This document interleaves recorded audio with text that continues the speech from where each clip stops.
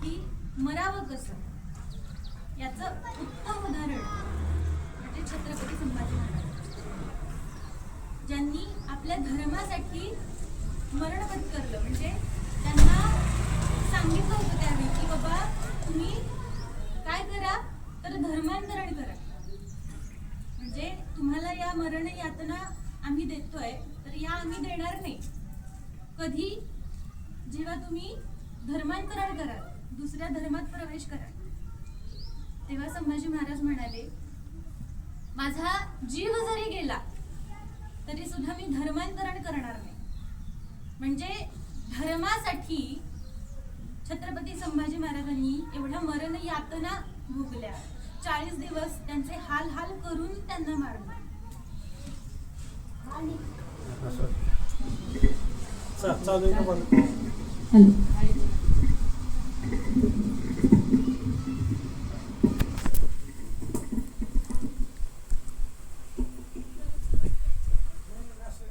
गेली लाईट.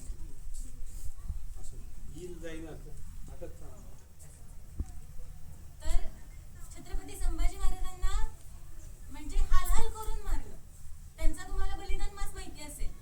आताच्या बऱ्याच तरुण पिढ्यांना माहिती नाहीये, पण आपल्या गावामध्ये सुदैवाने बलिदान मास होतो आणि त्यामुळे आताच्या तरुण पिढ्यांना माहिती आहे की बलिदान मास म्हणजे काय. की 40 दिवसांमध्ये त्यांना हाल हाल करून मारलं. मग ते मरण त्यांना टाळता आलं असतं. फक्त त्यांना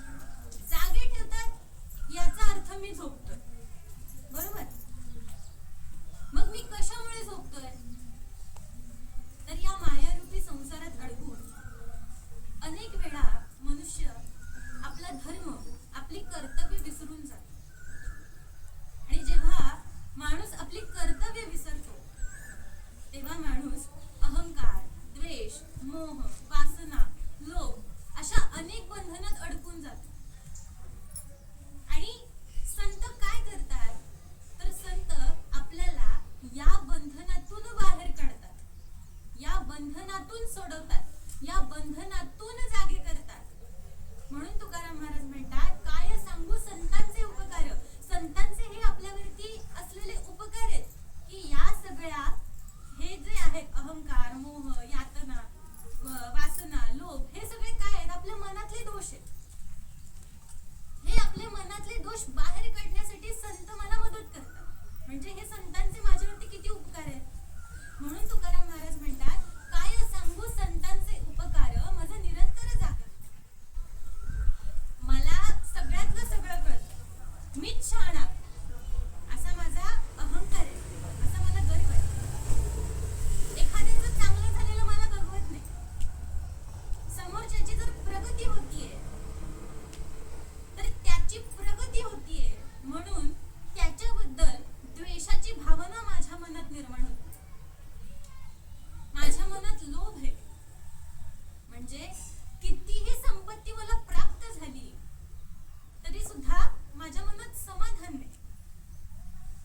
म्हणजे माणूस जेव्हा जन्माला येतो तेव्हा अहंकार, मोह, वासना, लोभ, मद, मत्सर, द्वेष अशा अनेक बंधनात अडकलेलं असतं.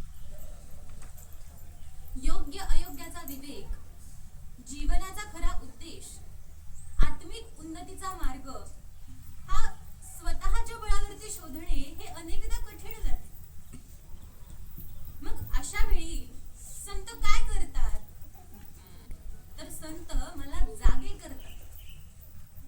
म्हणजे जसं आई आपल्या लहान लेकराला झोपेतून जागा करते तसे संत मला जागे करतात. म्हणजेच मला आध्यात्मिक जागृती देतात. तुकाराम महाराजांचे शब्द आहेत, घेसी तरी घेई संतांची भेटी आणि त्या गोष्टी नको मना. तुका मिळे संत सुखाचे सागर, मना निरंतर धणी.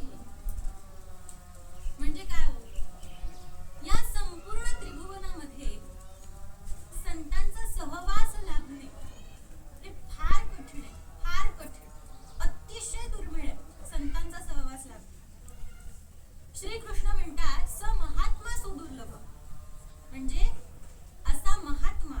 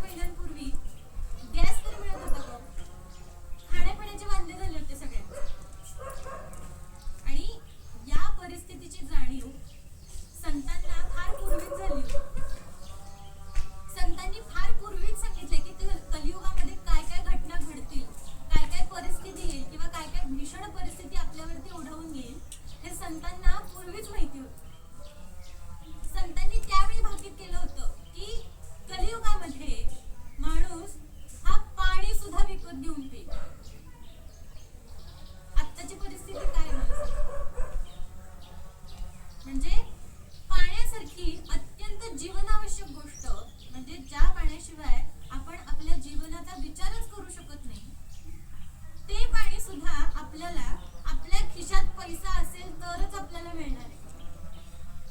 विचार करा, म्हणजे कलियुग आता फार छोटे आहे, फार छोटे आहे, म्हणजे अगदी छोटं बाळ आहे असं म्हटलं तरी चालेल. कलियुग जेव्हा हे कलियुग भयंकर रूप घेईल त्यावेळी केवढी मोठी भीषण परिस्थिती निर्माण करेल याचा तुम्ही विचार करू शकता.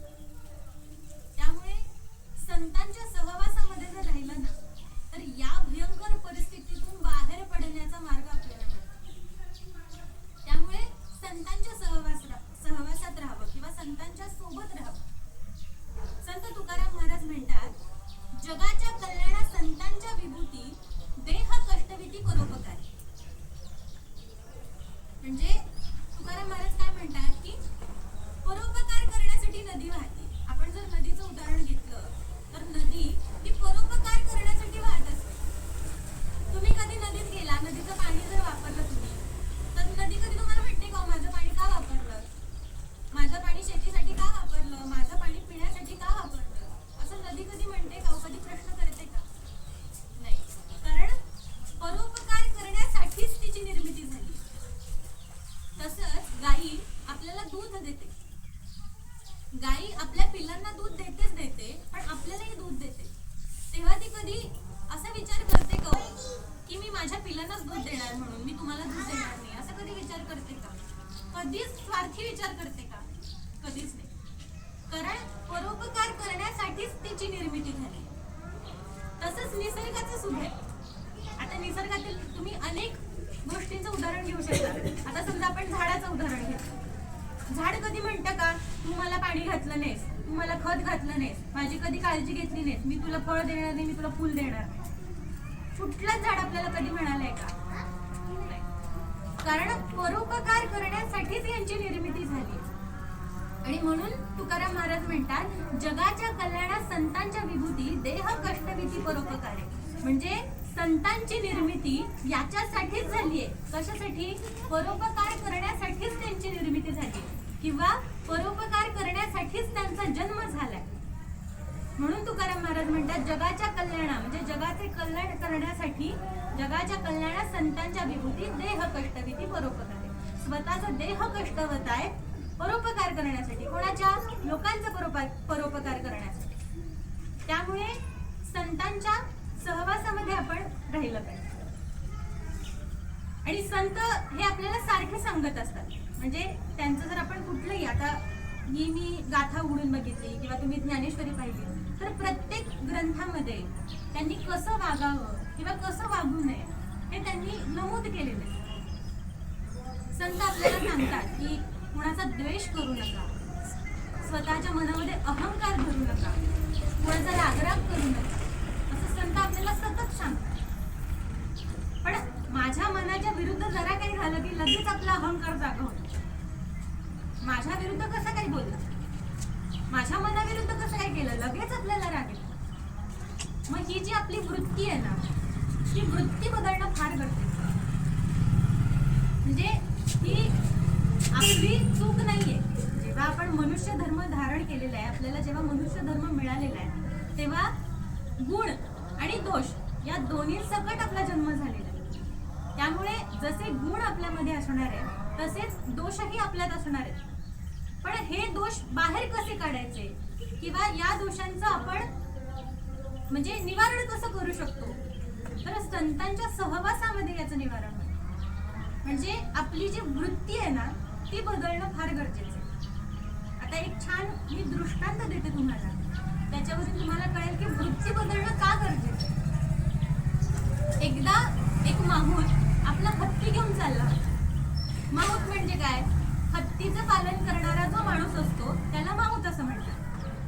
तो माहूत आपल्या हत्तीला घेऊन गंगेच्या तीरावरून चालला होता, गंगा नदीच्या तटावरून चालत चालला होता. तर त्याने विचार केला की या गंगेमध्ये आपण स्नान करूया, कारण गंगा नदी ही अत्यंत पवित्र आहे. गंगेत स्नान केल्यानंतर आपलं मन शुद्ध होतं, आपलं मन निर्मळ होतं, आपली पापं धुतली जातात असं म्हणतात.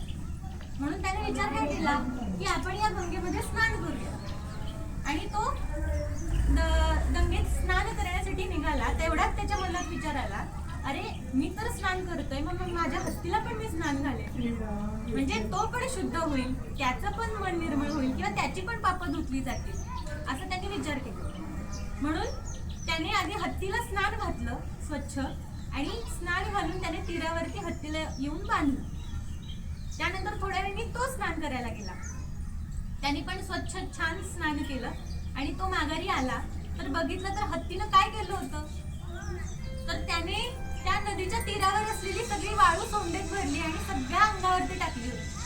आणि त्या वाळूमध्ये तो लोळत होता. म्हणजे माहुताने विचार काय केला की आपण या हत्तीला जर स्नान घातलं तर तो निर्मळ होईल, त्याचं मन शुद्ध होईल, त्याची पापं धुतली जातील आणि तो स्वच्छ होईल, असा विचार केला होता. पण त्या हत्तीची वृत्तीच जर तशी असेल की मला घाणच करायची आहे, मला घाणीतच राहायचंय, अशी जर त्याची वृत्ती असेल तर त्याला माहूत तरी काय करणार.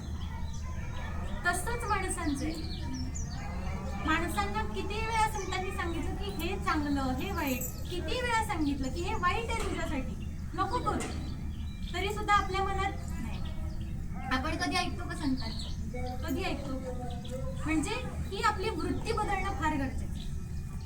आणि संतांच्या सहवासामध्ये वृत्ती बदलते, म्हणजे आपली वृत्ती स्थिर होते, म्हणून संतांचा सहवास हवा.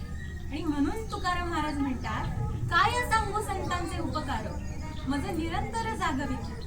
संतांनी आपल्यावरती केलेले हे उपकार आहेत की संत आपल्याला या सगळ्या दोषांपासून लांब ठेवतात.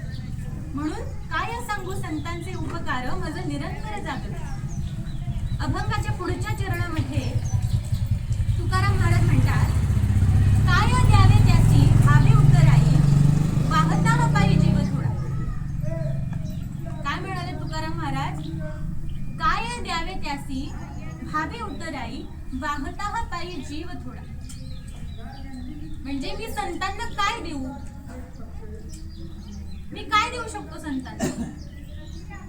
म्हणजे मी माझं संपूर्ण आयुष्य जरी दिलं, माझा जीव जरी मी ओवाळून संतांवरून टाकला तरी सुद्धा कमी आहे. वाहता हा पायी जीव थोडा, जीव पण कमी पडेल. मग मी संतांना काय देऊ शकतो? तर संतांना आपण आपलं शुद्ध मन देऊ शकतो. आपल्या मनातला अहंकार, आपल्या मनातला द्वेष, आपल्या मनातला लोभ, वासना, मद, मत्सर या सगळ्या गोष्टी आपल्या शरीरातून बाहेर काढल्यानंतर आपल्यामध्ये शिल्लक राहणारं जे मन आहे, शुद्ध मन आहे, ते आपण संतांना देऊ शकतो. आणि संतांना सुद्धा हेच हवंय. संतांना वेगळं काय हवंय? संत काय म्हणतात की तू मला तुझं शुद्ध मन दे, निस्वार्थ भावना दे, जेणेकरून तुझ्यामध्ये मला बदल घडवता येईल, असं संतांना हवं. बरोबर? संत काय म्हणतात? तुम्ही भगवंताच्या जवळ जा, भगवंताची उपासना करा, भगवंताचं नामस्मरण करा, तेवढंच हवंय संतांना. याच्या पलीकडे काही नको. श्री सद्गुरू ब्रह्मचैतन्य गोंदवलेकर महाराज सुद्धा सांगतात, तुम्ही फक्त राम नाम घ्या. काय सांगितलं त्यांनी? तुम्ही फक्त राम नाम घ्या, बाकी सगळं भगवंत बघून घे. बाकी तुम्हाला कशाची काळजी करायची गरज नाही, फक्त राम नाम घ्या.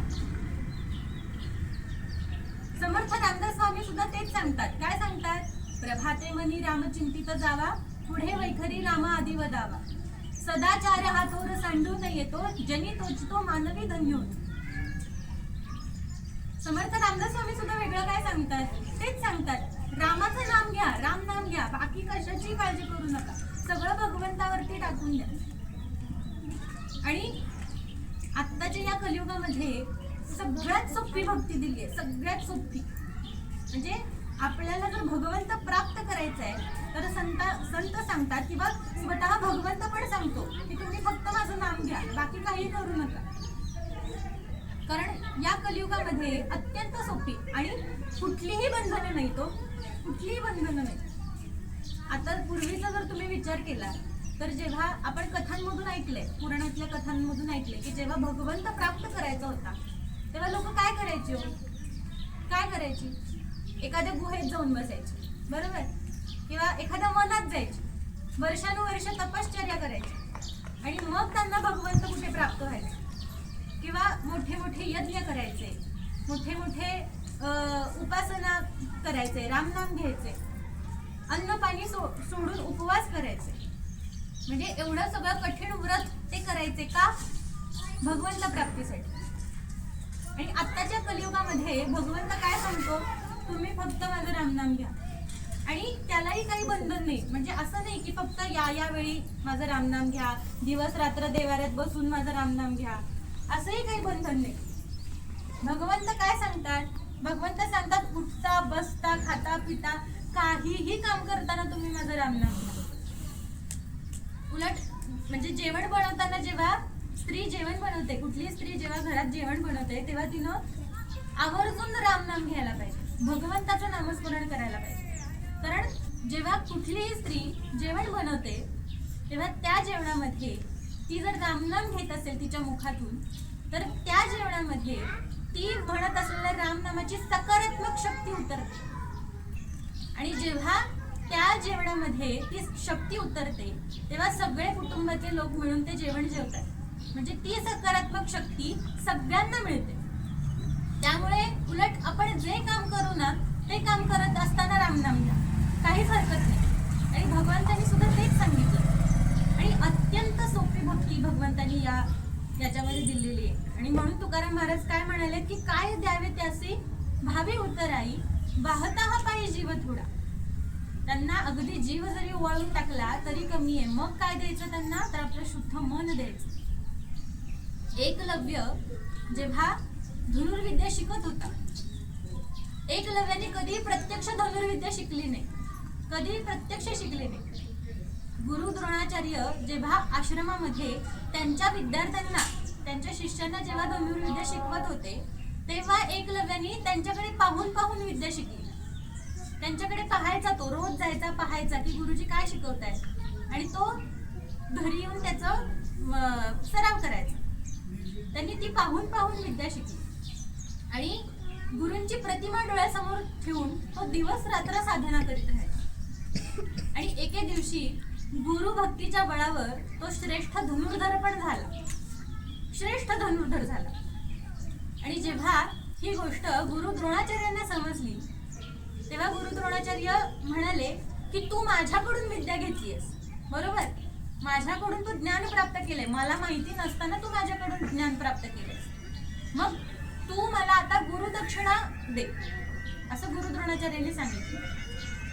एकलव्यांनी लगेच सांगितलं गुरुजी तुम्हाला काय हवंय, गुरुजी काय हवंय तुम्हाला, लगेच देतो आम्ही. तेव्हा त्याचे गुरुजी म्हणजे गुरु द्रोणाचार्य म्हणाले मला तुझ्या हातांचा अंगठा कापून दे.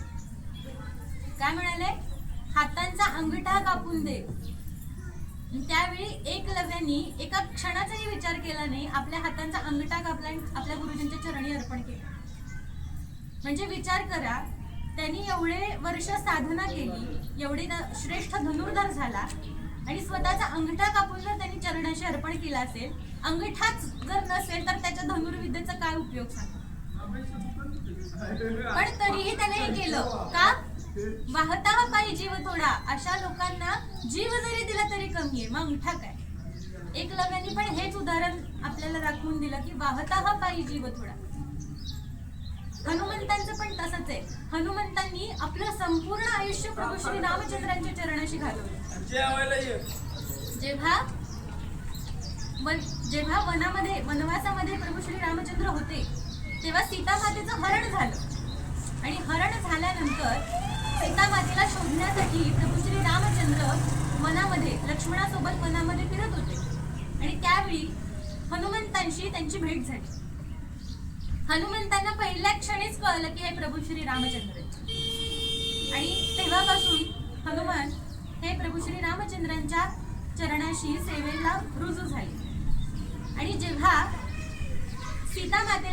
सीतामातेचा शोध घेत असताना जेव्हा समुद्र ओलांडायची वेळ आली, समुद्र पार करून पलीकडे जायचं होतं, त्यावेळी हनुमंतांनी समुद्र पार केला. त्यावेळी त्यांना स्वतःच्या शक्तीची जाणीव झाली.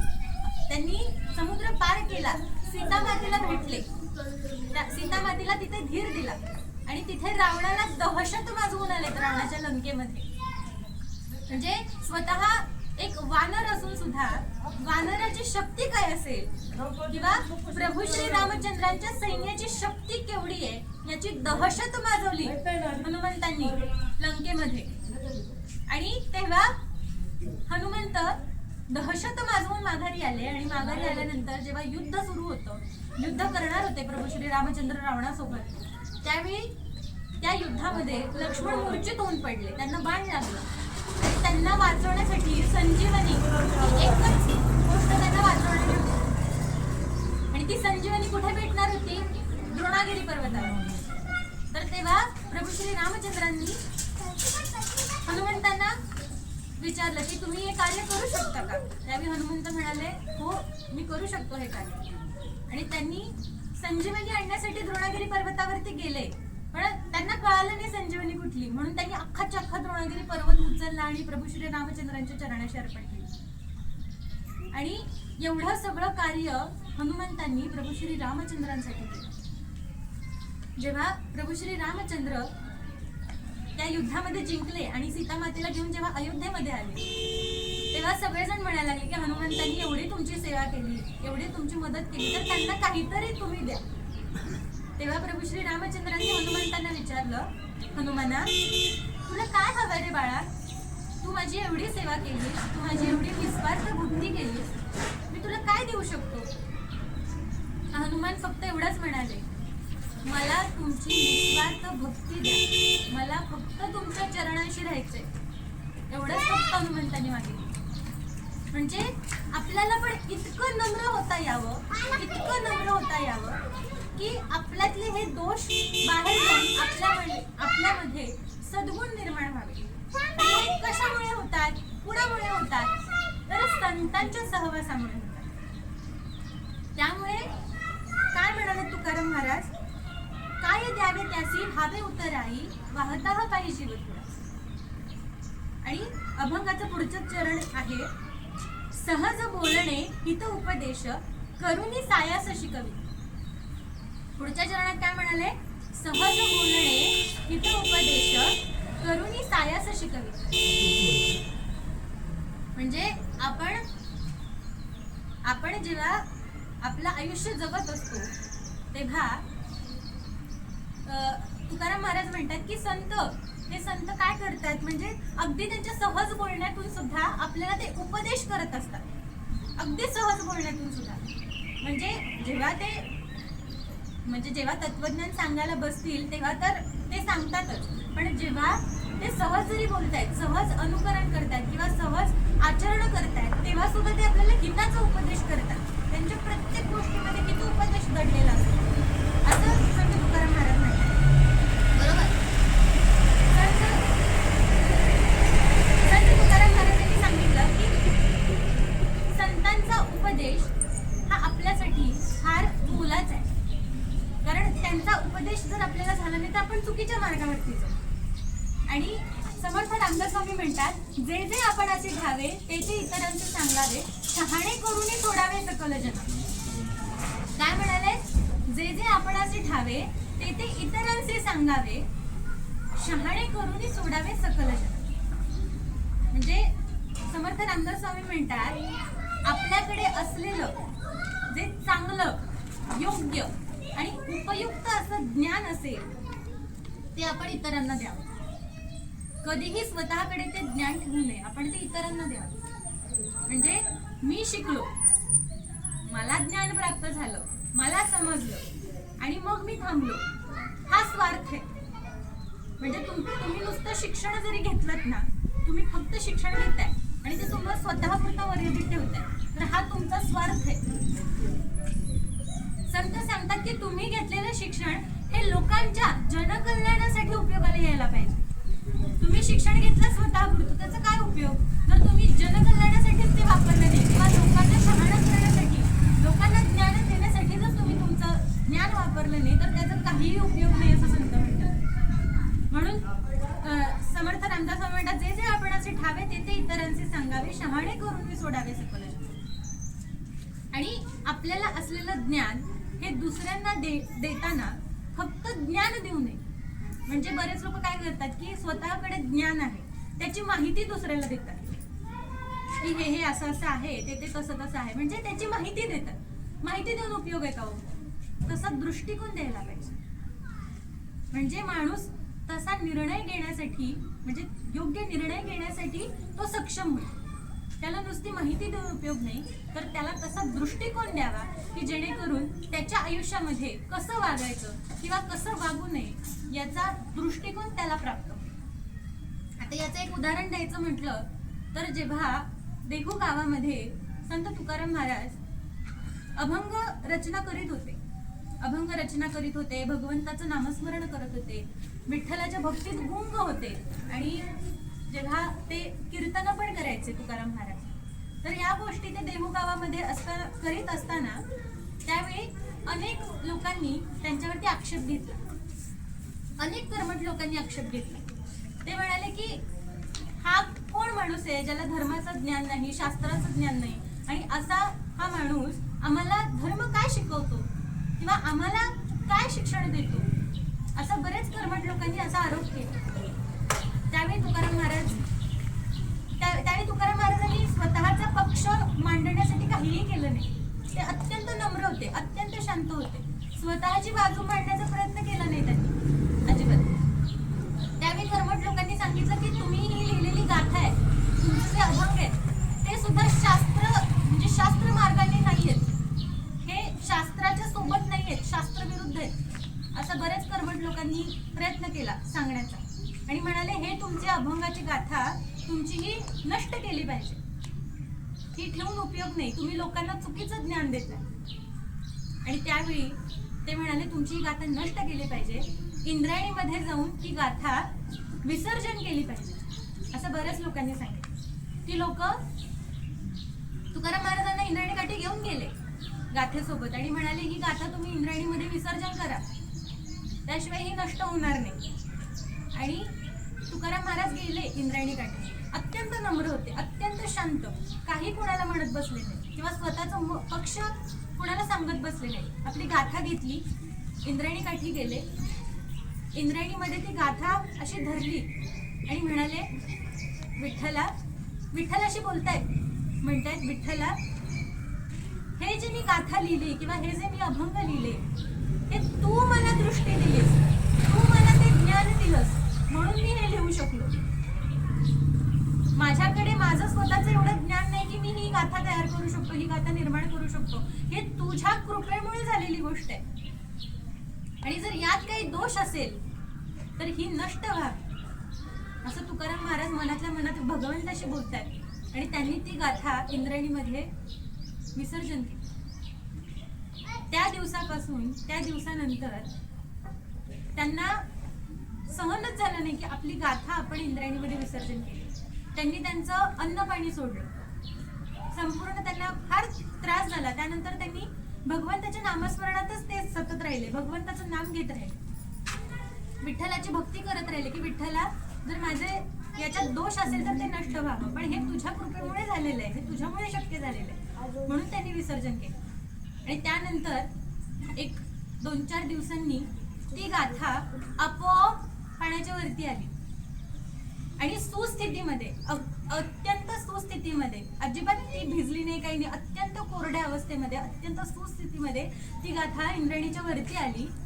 आणि त्यावेळी त्या लोकांना समजलं की आपण जे वागलो, आपण जे केलं ते अत्यंत चुकीचं केलं, कारण हा कोणी साधा मनुष्य नाही, हा अत्यंत तेजस्वी मनुष्य आहे, ज्याची आपण विटंबना केली, ज्याचा आपण अपमान केला. असं हे जेव्हा त्या लोकांना कळलं तेव्हा ते लोक तुकाराम महाराजांपाशी गेले, त्यांची क्षमा मागितली आणि त्यांना म्हणाले की तुमच्यासारखा तेजस्वी माणूस आम्ही या आधी कधी पाहिला नाही आणि आम्ही तुम्हाला ओळखू शकलो नाही. मग यामध्ये त्यांनी स्वतःचा पक्ष मांडत बसले का? म्हणजे त्यांच्या वागण्यातून त्यांनी किती चांगला उपदेश दिला आपल्याला, कसं वागावं, कसं वागू नये. आपलं इथंच चुकतं. आपण काय करतो, एखाद्याने आपल्याला जर दोष दिला, आपण त्याला आपला पक्ष मांडत बसतो की मी किती चांगला, मी किती शहाणा, मी किती चांगलं करतो, हे आपण त्याला सांगत बसतो.